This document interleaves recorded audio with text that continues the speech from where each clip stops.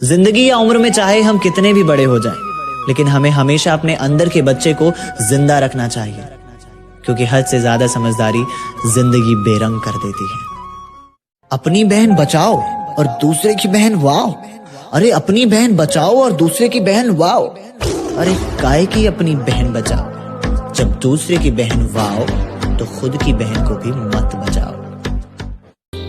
पता है, ये औरत ना वो अग्नि होती है जिसे हम प्यार से संभाले तो पूरे घर में उजाला कर देती है, लेकिन जब हम बहुत ज्यादा इस अग्नि को जलाने की कोशिश करते हैं ना, तो ये सहती रहती है और फिर ये वही अग्नि बन जाती है जो पूरे घर को जला भी सकती है। किसी को कमजोर मत समझना, वो बस चुप इसलिए रहते हैं ताकि वो रिश्तों को बचा सके, उन्हें रिश्तों की फिक्र होती है। खूबसूरती हमेशा देखने वालों के मन और नजरों में होता है। खूबसूरती हमेशा देखने वालों के मन और नजरों में होता है, वरना गलती निकालने वाले तो ताजमहल में भी कमी निकाल देते हैं। मंजिल मिले ना मिले ये तो मुकद्दर की बात है, हम कोशिश भी ना करें ये गलत बात है। जिंदगी जख्मों से भरी है, वक्त को मरहम बनाना सीख लो। हारना तो है ही एक दिन मौत से, फिलहाल जिंदगी को जीतना सीख लो। एक लड़का होना भी बड़ा मुश्किल है मेरे दोस्त, एक लड़का होना भी बड़ा मुश्किल है। जरा सा अगर हम रो दे तो हमारी मर्दानगी पर सवाल उठने लगते हैं। बोझ कितना भी हो लेकिन वो उफ तक नहीं करता। अरे बोझ कितना भी हो लेकिन वो उफ तक नहीं करता। वो कंधा बाप का होता है मेरे दोस्त, बड़ा मजबूत होता है। खूबसूरत चेहरा, अच्छे कपड़े और बॉडी बिल्डर होना ही मर्द को खूबसूरत नहीं बनाता।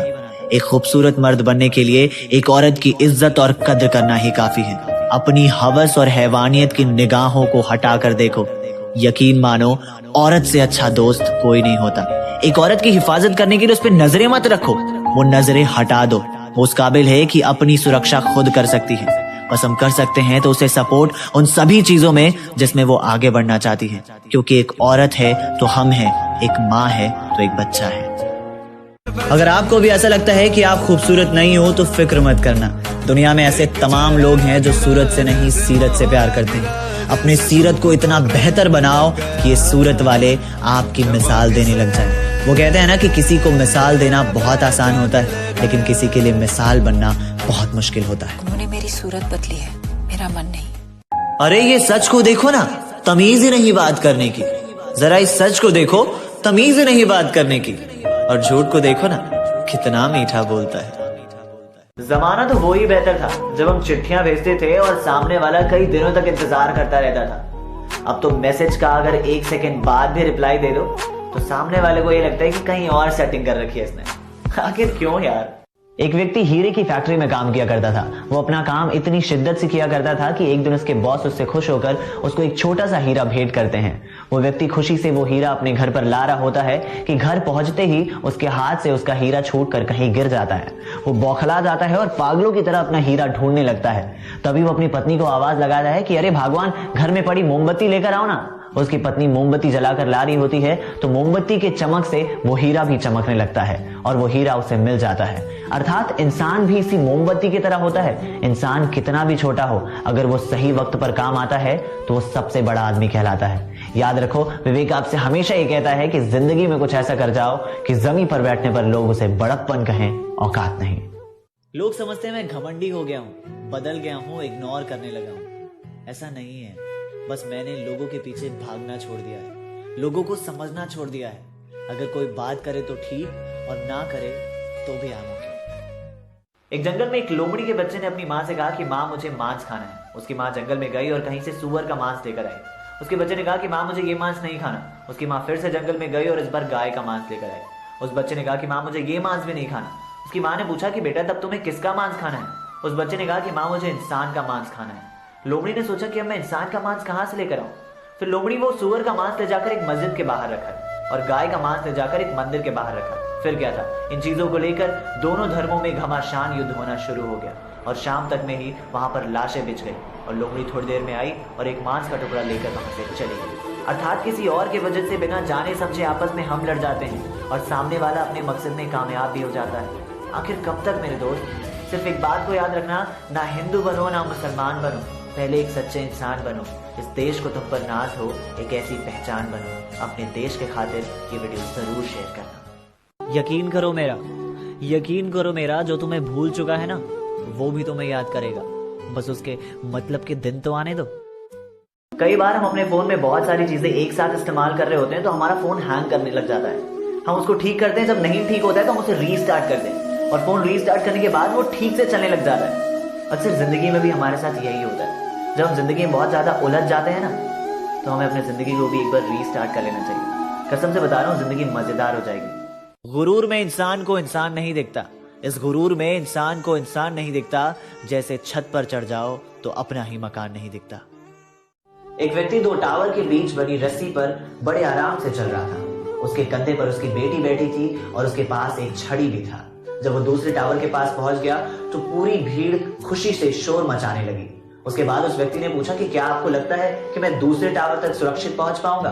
तो भीड़ ने एक साथ आवाज लगाया, हाँ आप कर सकते हो। उसने फिर से पूछा कि क्या आपको मुझ पर भरोसा है? भीड़ ने फिर से कहा कि हम आपसे शर्त लगा सकते हैं। इस बार उसने कहा कि क्या आप में से कोई मेरे कंधे पर बैठेगा, मैं उसको सुरक्षित उस टावर तक पहुंचा दूंगा। और इस बार भीड़ में एक शांत चुप्पी छा गई। अर्थात कहना बहुत आसान होता है लेकिन जिंदगी में कुछ करना बहुत मुश्किल होता है। अगर जिंदगी में आप कुछ कहने की हिम्मत रखते हो ना तो उसे करने का भी हिम्मत रखो। और याद रखो, विवेक आपसे हमेशा ये कहता है कि जिंदगी में कुछ ऐसा कर जाओ कि जमीन पर बैठने पर लोग उसे बड़प्पन कहें, औकात नहीं। एक ऑफिस से सेल्स डिपार्टमेंट की एक लड़की, एडमिन डिपार्टमेंट संभालने वाला कर्मचारी और उनके बॉस तीनों एक साथ निकले। लंच का टाइम था तो तीनों खाना खाने जा रहे थे। तभी उन्हें रास्ते में एक अनोखा चिराग दिखा। ये वही चिराग था जिसको घिसने पर जिन निकल आता है।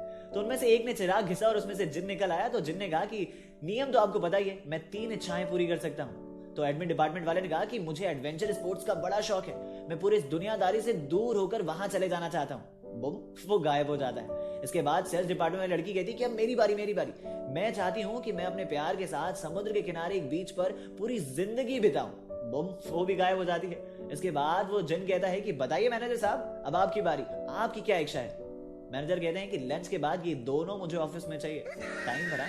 अर्थात जिंदगी में हमें हमेशा अपने बॉस को पहले बोलने देना चाहिए। याद रखना, जैसे सास भी कभी बहू थी, वैसे ही हर बॉस ने कर्मचारी के तौर पर ही शुरुआत की थी। बेहतर होगा कि अपने से बड़ों को पहले बोलने दिया जाए। अगर मर्द बनना ही है ना, अगर जिंदगी में मर्द बनना ही है तो वो मर्द बनो जिसे औरत चाहे, वो मर्द मत बनो जिसे औरत चाहिए। जिंदगी में कई बार हम ऐसा काम कर जाते हैं जिसका हमें सिर्फ पछतावा होता है। चलो इस बात को मैं अपने एक छोटी सी कहानी समझाता हूँ। एक पिता अपने कार को साफ कर रहे होते हैं, तभी उनकी नजर जाती है कि कार की दूसरी ओर उनकी बेटी पत्थर की मदद से कार पर कुछ लिखने की कोशिश कर रही होती है। ये देखकर पिता को गुस्सा आ जाता है और वो अपने बेटी का हाथ जोर से मरोड़ देते हैं। बेटी दर्द से चीख पड़ती है और ऐसी भयानक दर्दनाक चीख सुनने के बाद पिता भी डर जाते हैं और अपने बेटी को दौड़ते हुए हॉस्पिटल ले जाते हैं। हॉस्पिटल में जाने के बाद पता चलता है कि डॉक्टर कहते हैं आपकी बेटी का हाथ अब कभी ठीक नहीं हो सकता। ये सुनने के बाद पिता अपने बेटी के पास जाते हैं तो बेटी अपने नम आवाज में कहती है कि पापा मुझे बहुत दर्द हो रहा है, मेरा हाथ कब ठीक होगा? इस सवाल का उस पिता के पास कोई जवाब नहीं था। वो अपने बेटी को वापस घर ले आ रहे होते हैं, तभी उनकी नजर उनके कार पर जाती है। तो उनके कार पर लिखा होता है डैडी आई लव यू। ऐसी और भी कहानियां और वीडियोस के लिए आप हेलो ऐप देख सकते हैं। जरा संभल कर कदम रखिए, अपनी जिंदगी का हर एक कदम जरा संभल कर रखिए। कुछ लोग बेसब्री से आपकी गलती का इंतजार कर रहे हैं। एक पति अपने ऑफिस से घर आता है और उसकी तबीयत थोड़ी खराब होती है, तो वो आकर सीधा बेड पर लेट जाता है। जब ये उसकी पत्नी देखती है तो उसके पास आकर उसके बालों को सहला रही होती है और धीरे धीरे वो सो जाता है। जब वो उठता है तो देखता है उसकी पत्नी उसके सिर पर बाम लगा रही होती है। उसकी आंखें खुलती है तो उसकी पत्नी कहती है कि पहले से कुछ आराम मिला? तो उसके पति ने सिर हिलाते हुए हाँ में जवाब दिया। उसके बाद उसकी पत्नी उसके लिए गर्मा गर्म खाने लेकर आती है और उसका पति आधा उठा होता है और अपने हाथों से ही उसकी पत्नी उसको एक एक निवाला खिलाती है। उसके बाद जूठी थाली लेकर वो किचन में चली जाती है। उसका पति फिर से लेट जाता है और लेटे लेटे सोचता है कि कैसे होते हैं पुरुष। कुछ दिन पहले जब मेरी पत्नी बीमार थी तो मैंने उसको फोन करके उसका हाल तक नहीं पूछा। घर पर आकर मैंने एक प्लेट में ब्रेड क्या दिया, खुद को गर्वान्वित महसूस कर रहा था। उसके पति ने सोचा कि महिलाओं को ऊपर वाले ने क्या अलग सा दिल देकर भेजा है।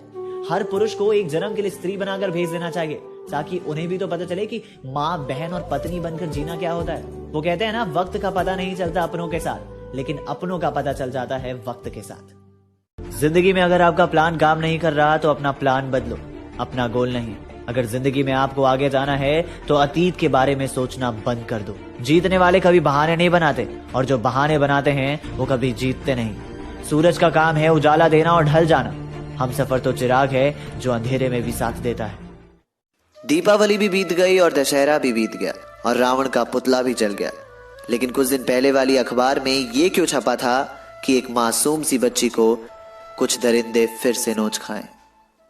घायल तो यहां हर एक परिंदा है, घायल तो यहां हर एक परिंदा है, लेकिन जिसने उड़कर दिखाया वही जिंदा है। घमंड ना करना जिंदगी में, अर्श से फर्श तक आने में वक्त नहीं लगता। असली मर्द वही है जिसके पास खड़ी अकेली औरत खुद को सुरक्षित महसूस करे। ये चूहों और बिल्लियों जैसी मूंछ बढ़ाने से मर्द नहीं बना जाता।